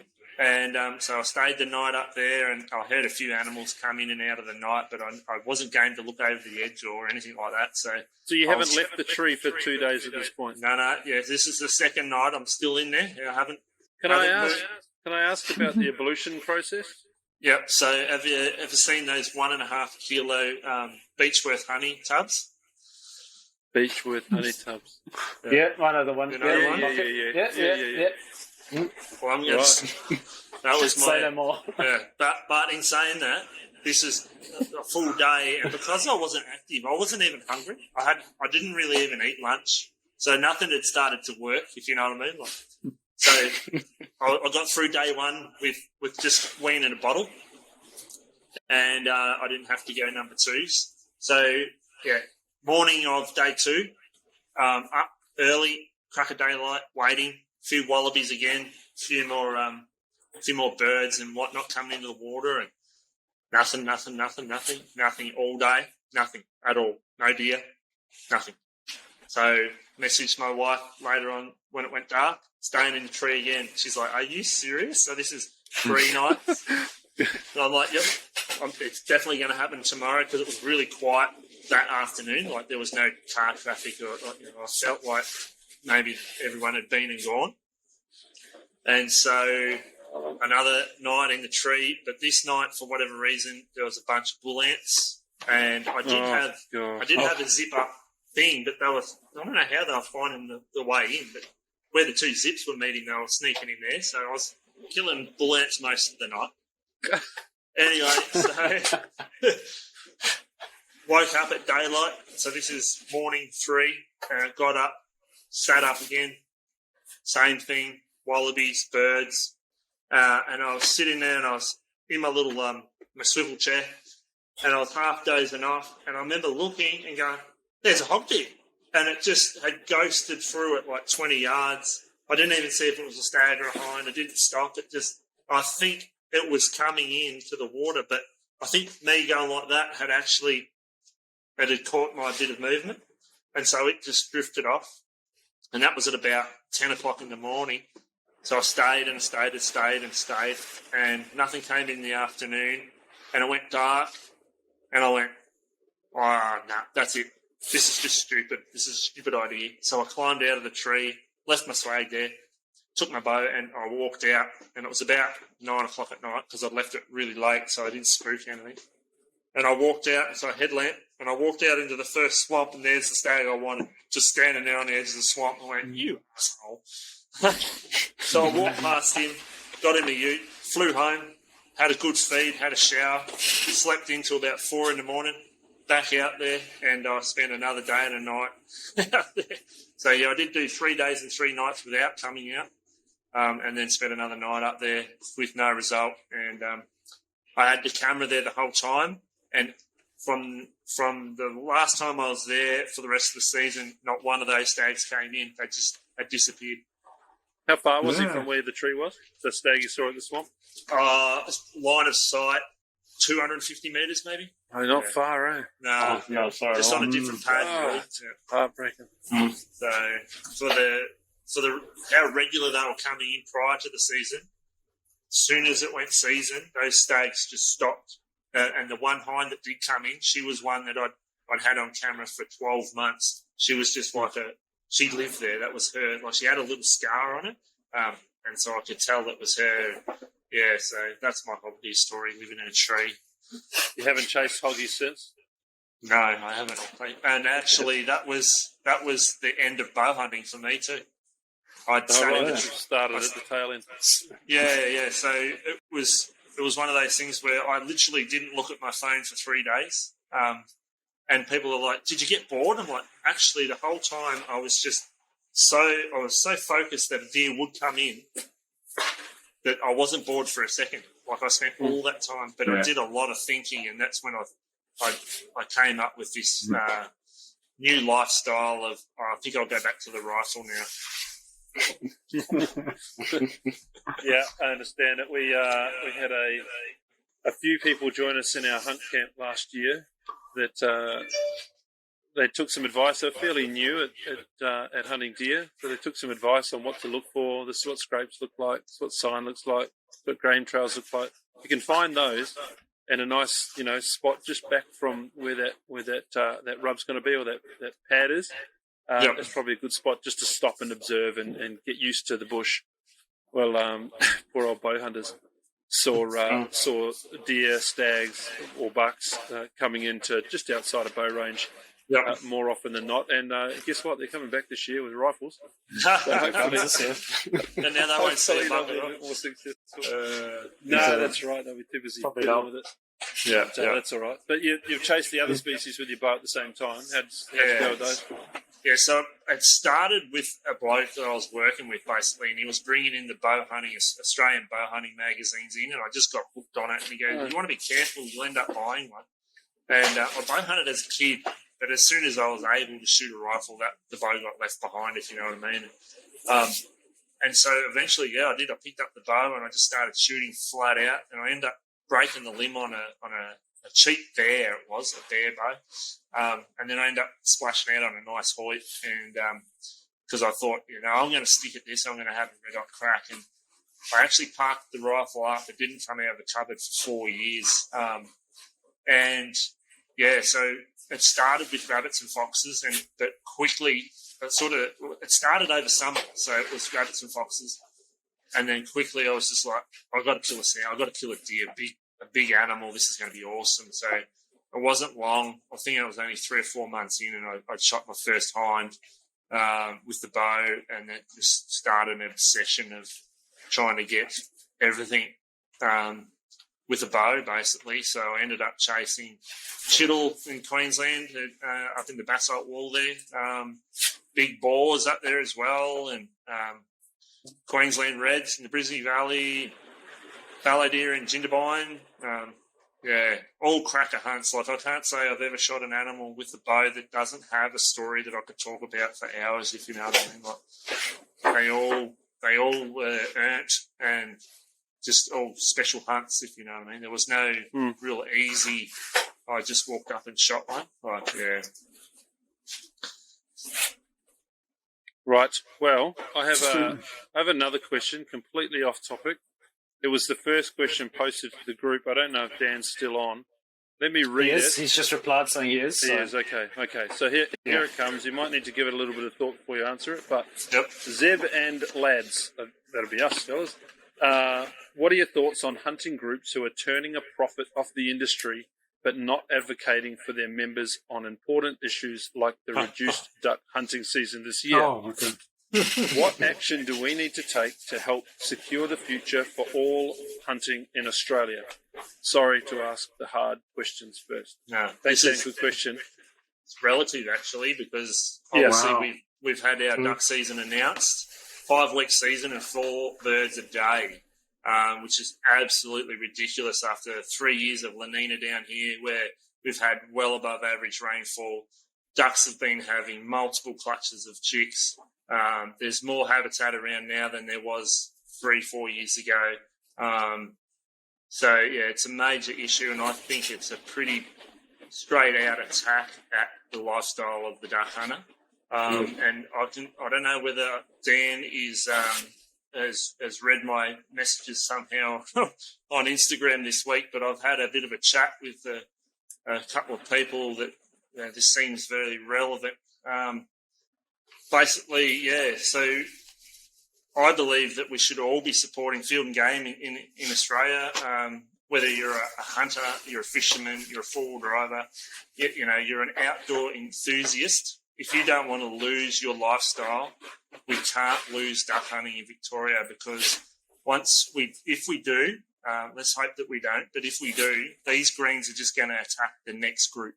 So they've been lobbying against the duck hunters for decades now, and if they do get it across the line, they're not just going to disband and be sitting on their hands going, oh, we've done such a good job of getting rid of that.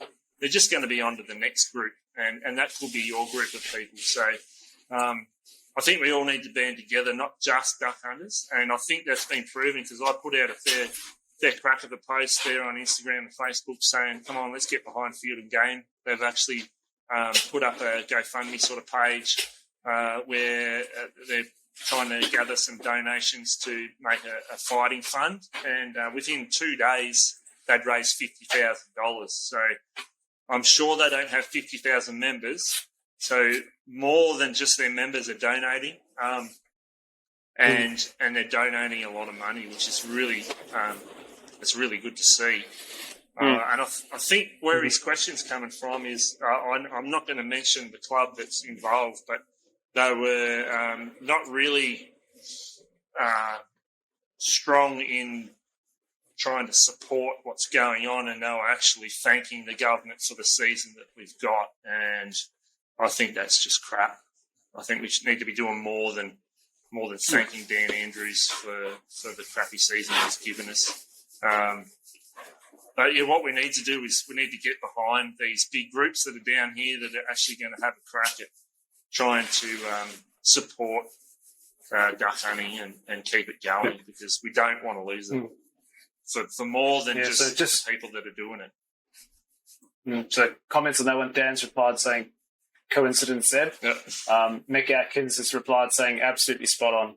Yeah, look, to Dan's question, one of the first things is that, Dan talks about clubs that take your money but might not represent you. The thing you've got to realise is that not all clubs are in the representing members politically space. Mm. I think Field and Game have stepped forward here and said, we're going to build a fighting fund. So, as you said, I think in this instance, donating to Field and Game Association to that is just makes sense. It's $5, it's $10, it's whatever it is, because they're going to lead the fight. So if you're looking for a club that's going to lobby for you, then you need to be a smart buyer. You need to take action on that. Or if your club's not doing it, you need to step into your club and say, hey. So you need to be a smart purchaser of a product there. Okay, so if you want lobbying, go to a club that lobbies for you. I think the second thing about the idea of what this means to us as hunters and how we can do something is that the second thing is we can't this can't be a Victoria problem. No, yeah. It can't be a Victoria problem. And I mean, Ian and I and Jono have spoken about this at length through our own experiences. Clubs by their very nature seem to be centric to where they started. That's it. But the thing is, this is like COVID. It doesn't care about borders. You're dealing with people who don't want hunting, and they don't care about what border you sit behind. So a Victorian duck hunting season problem is a New South Wales public land hunting problem, is a South Australian bow hunting problem. It's a WA restriction on calibre problem. It's a Queensland can't get public land problem. It's the same problem. It's just, it's just a bloody, it's measles. It's just popping up all over your body type thing. So don't think this doesn't affect you, because it affects you. And ultimately, if hunting is important to you, vote for it. Yep. I've come to that conclusion. Vote for it. It's hunting's probably been one of the most important things in my life. So I vote for it. Yep. So I say to politicians, what's your position on? And I live in one of the few seats that's actually run by a Green federally. I'm one of those seats. And today I was down the school pickup, and a guy recognised me and said, "You write for SSAA?" And I said, "Yeah." And so we're chatting. So he's, so even in that kind of area, I've got to be, when I vote, I have to think about who's going to give me something in terms of hunting. I have to put hunting at the top of my voting list. And I think that's what we also have to do as hunters. We can't kind of go, well, I'm into hunting, but, Dad voted this way and Mum votes this way, and so I vote this way. Well, that's how you get rolled, because they know they expect you to not do something. So start voting for people who, start voting for what's important to you. And that's the same as you said, Zeb, if you're a four-wheel driver, if you're a fisher, you vote for what's important to you, because if you don't, another political party will come along and take it from you. Yep. And that's that's exactly what's happening in Victoria. This isn't a public outrage issue. This is one political group who doesn't like hunting is using its powers to leverage another political group to get what they want. They're dividing and conquering. That's it. They're going, you need us. This is what we want. We're going to put a big wedge under you, and we're going to use it to try and get. That's what it is. So we've actually got to start voting in those lines and telling people. We're incredibly vulnerable, because hunting is broken up into so many subcategories, and those that aren't in the categories being attacked don't tend to support the rest. And that makes us easy target, which is sad. They've got one objective, which makes them easy to work together. Yeah. That's right. They want to get rid of us. That's their objective. So they don't care if it's a shotgun or a bow or a rifle. They don't care if it flies or it swims or it's got, it doesn't care if it's got fur or fins. They want to get rid of you. So take it on board that you don't want to go. You're going to do other things to stay. Good answers. Excellent answers. Now, I don't want to end on a sad note. So we've got one more.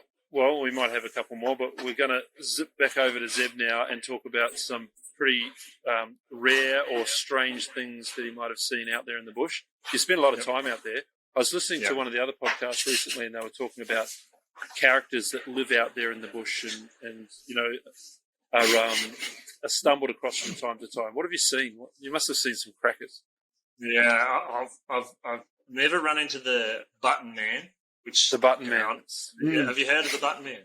Yeah. It was on the Endless Pursuit podcast. They mentioned him the other day. I thought that was quite an interesting one. So I've never met him, but I was driving into an area just to check the track conditions one time on my own, and it's very remote and a very well overgrown track. And not many people actually prepared to take their vehicles down it, because it just basically scratches and dinks the hell out of your car. And anyway, so I'm cruising down there this one day, and I'm right down the bottom, and I look down the road, and I'm like, oh, there's a dude walking up the track. And anyway, as he's sort of getting a bit closer, he's got like really long, unkept black hair, and he's quite tall, sort of thing.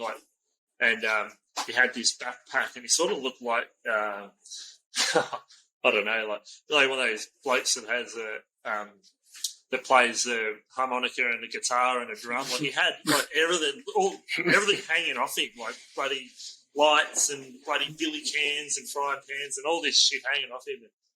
And I'm looking at him going, oh my God, and he had this Bowie knife, like big Rambo knife hanging off his leg there, sort of thing, and strapped around with the string, to the leg, to stop it flapping around. Does it far, yeah.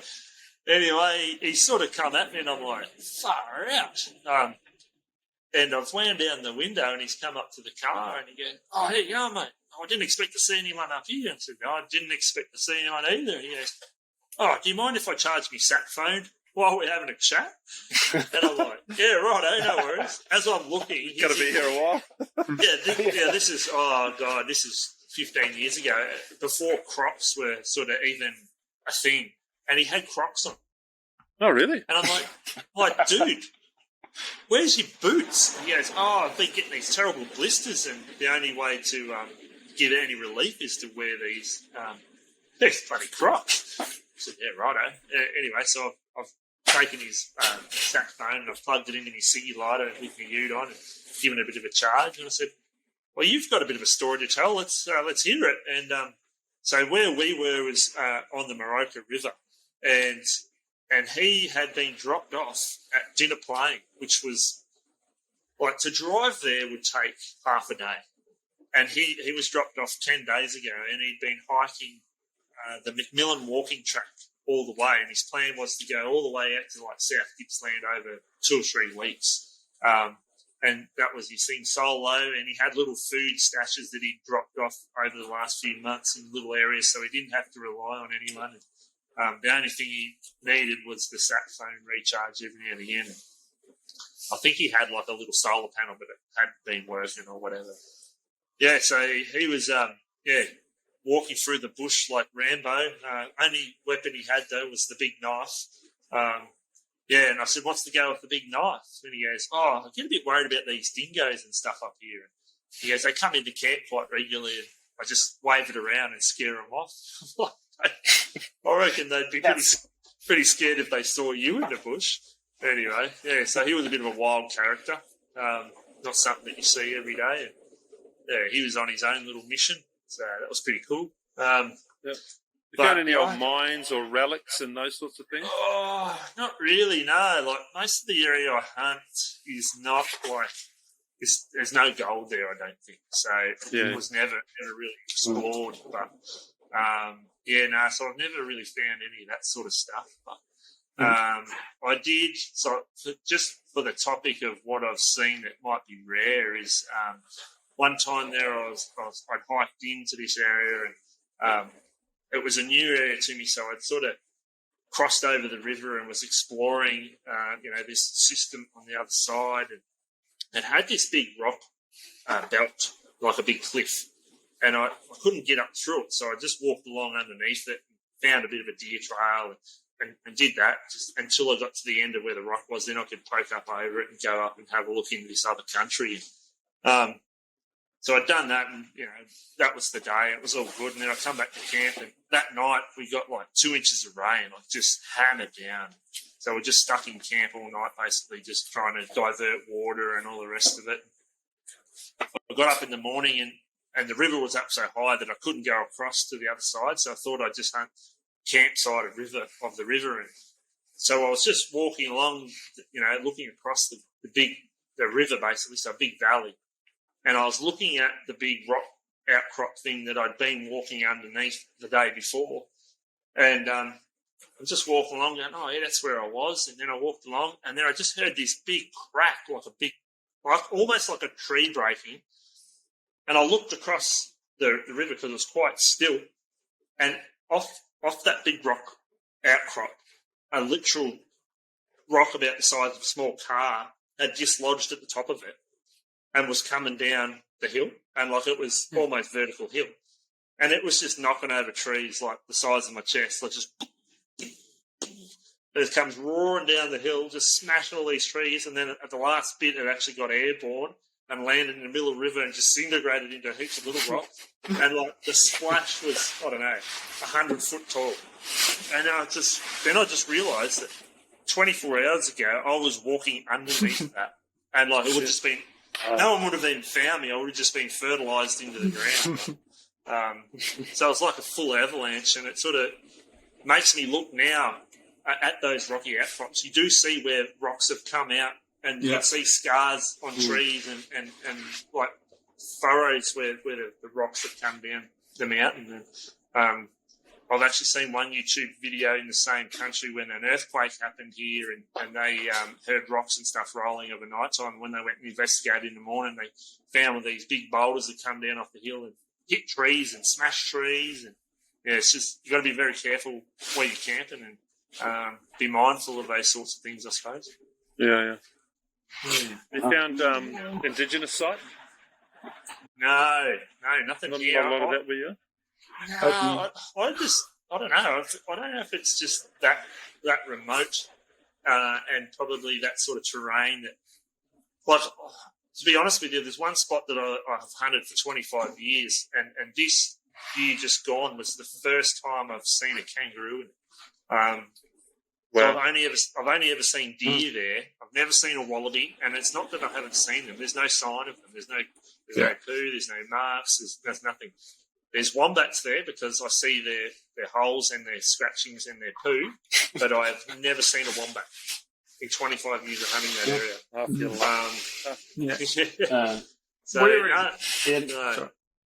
We were hunting Pilliga East, and that's a pretty remote place. But there's another forest behind it called Pilliga West.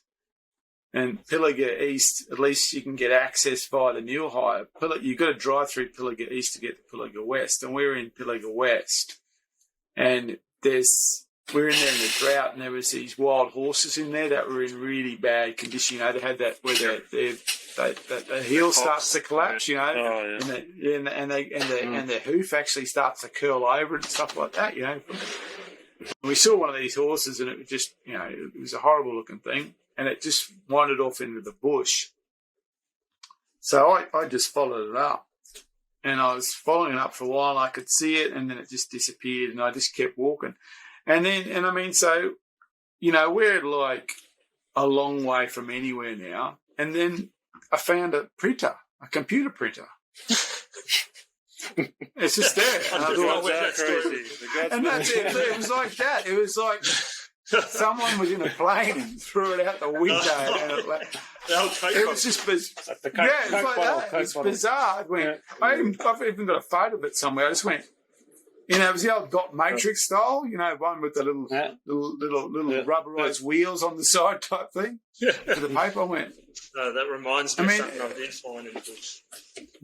I found, when I was younger, I saw a deer disappear into blackberries, and I said, Dad, I just saw a deer run into the blackberries. And he goes, well, get in there after it, and flushed it out for me. So I ran in and got into this big wombat tunnel sort of thing, and I crawled in there for a bit, and I popped out, and there's this big opening in there with this netting all the way around this clearing. And I'm looking in there, and I'm on the UHF radio. I said, Dad, I found like a wombat trap. And he goes, you found what? I said, yeah, there's this cage in here. He goes, oh, yeah. He goes, have a look inside the cage and describe what you see. And I'm like, there's all these little plants, and they're all about 6 inches tall. And he goes, have a good hard look at them, Zeb, and tell me what you see. And I'm like, I was only probably 14 at the time. And I'm like, yeah, I don't recognise the plant, Dad. And he's like, pluck one out for me and bring it back. And so I'll pluck this, crawl back through, and he goes, that's a bloody marijuana plant. So we crawled back in there, and there was like 150 of these perfectly planted little plants, and this big fence around it. How many were left behind? No, it wasn't that sort of a trip, but yeah, I found a few now. That was the only one that I've found with plants in it, but I've found quite a few cages, little fenced off areas in the bush. Some of them are just super remote, and you'll wonder how they got the chicken mesh there. Yeah. But you're right. Carry on. Just when you were talking about the horse and you were following it, reminded me of a time that I was hunting in some areas where there was a brumbies, and I was walking along and I heard them whinnying and farting and bloody mucking around like horses do, and I had a look, and it was two young stallions slapping necks and biting each other. And just for shits and giggles, I sort of whinnied at them like that, like really terrible impersonation of a horse. And they both stopped and stared, and I was probably 150 yards away, and they just bolted straight towards me, and I'm like, oh shit. So I'm like, these guys are coming in, they're snorting, they've got their bloody eyeballs around, and they've got the nostrils going, and they're prancing like this. So I climbed up this tree, and they ran around me for like 5 minutes, like snorting and farting, and they were proper after me, you know. I had a rifle, but I didn't want to shoot them. Yeah, I wasn't going to come out of the tree, I'll tell you that. You must have picked up your fair share of, or at least stumbled across your fair share of antler sheds. Yeah, I found a few, nothing really big. No? I tend to find lots of little ones, but Well, just to add to the weird and wonderful things, my last question, most freaky moment, I guess, spending a long time in the bush. You must have had some freaky or dangerous? Well, freaky, dangerous, scary.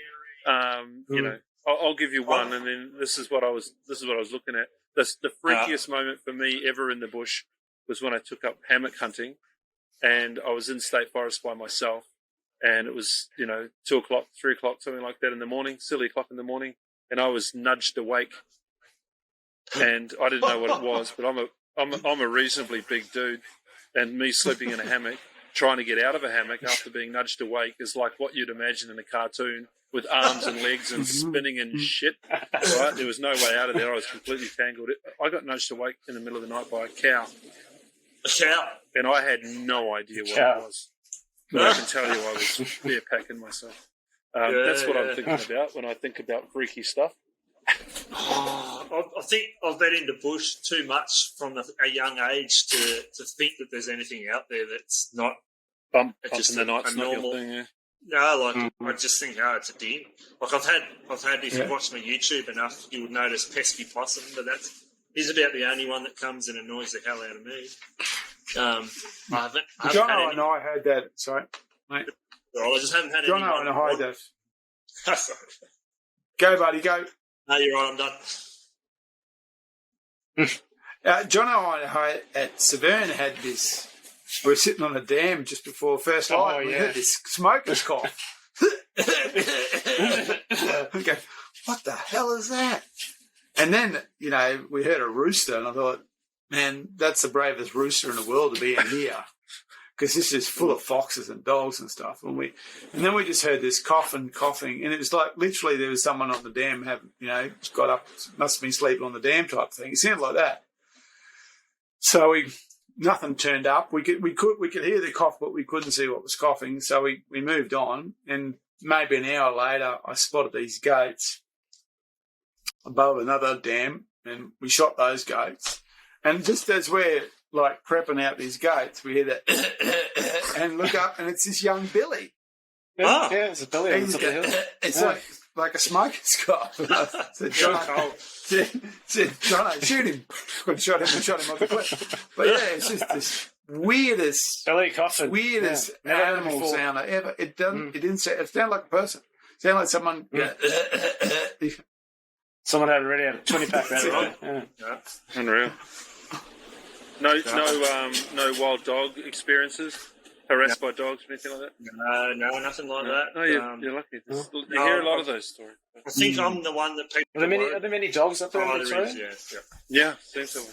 Yeah, there's a lot of dogs, but you don't generally see a lot. You hear them a lot, but you don't see them a lot. They're quite cagey. Yeah. And I think that's why you don't really have altercations with them, because they know you're there well before you do, and it's only that odd occasion that you sort of see them trotting through or whatever. But I've never had any dramas with them. Oh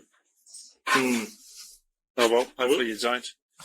No, that's it. Yeah. All right. Well, we might call it there, Zeb. I think we might wrap up. We've had a couple of hours of good conversation, and yes, it's a hell of an experience you've had overseas. So I'm quite jealous. I'm lucky enough to have a little bit of family over that way that I'm going to call on at some point shortly, and chance my luck over there. But far out, it sounds like you've had a wonderful time. Yeah, absolutely. Get out there and do it. Actually, there's one closing statement here from Dave. He said that his wife and I had a koala pistol over the dome. So that's a good way to ring your evenings. I'd like. All right, so most people that have joined in tonight, we've had a good group of people on the Facebook chat and some over on the YouTube side as well. So thanks for joining in, asking your questions. Hope you took something from it. if you're not following Zeb, you'll know where to find him now. You'll find him in the description of this one. Posted up live. It'll be up there shortly as soon as it does its rendering thing. But it'll go straight up. But we'll put some information in the description on how to find Zeb's YouTube page and social handles and bits and pieces. Patreon, I understand you're with as well. And if we're looking at the wild and wacky experiences, then Zeb's probably more than happy to take you out on your Sambar experience as well. So all to be found on his website. Still got a couple of spots. Thank you again. No worries. For the year. Now I think I've got two spots left for one-on-ones. Ooh, out. That's booked up far. So, yeah. Well, you're obviously doing a great job. Yeah, I think so. Yeah, I think people will enjoy the experience if you manage to get down and come out with me. You might end up with a story. Never know. Yeah. All right, we'll wrap it up. Thanks very much again, mate. Awesome. It's been awesome. Thanks everyone on the socials for tuning in. Thanks, guys. Thanks, everyone. See you guys. Bye.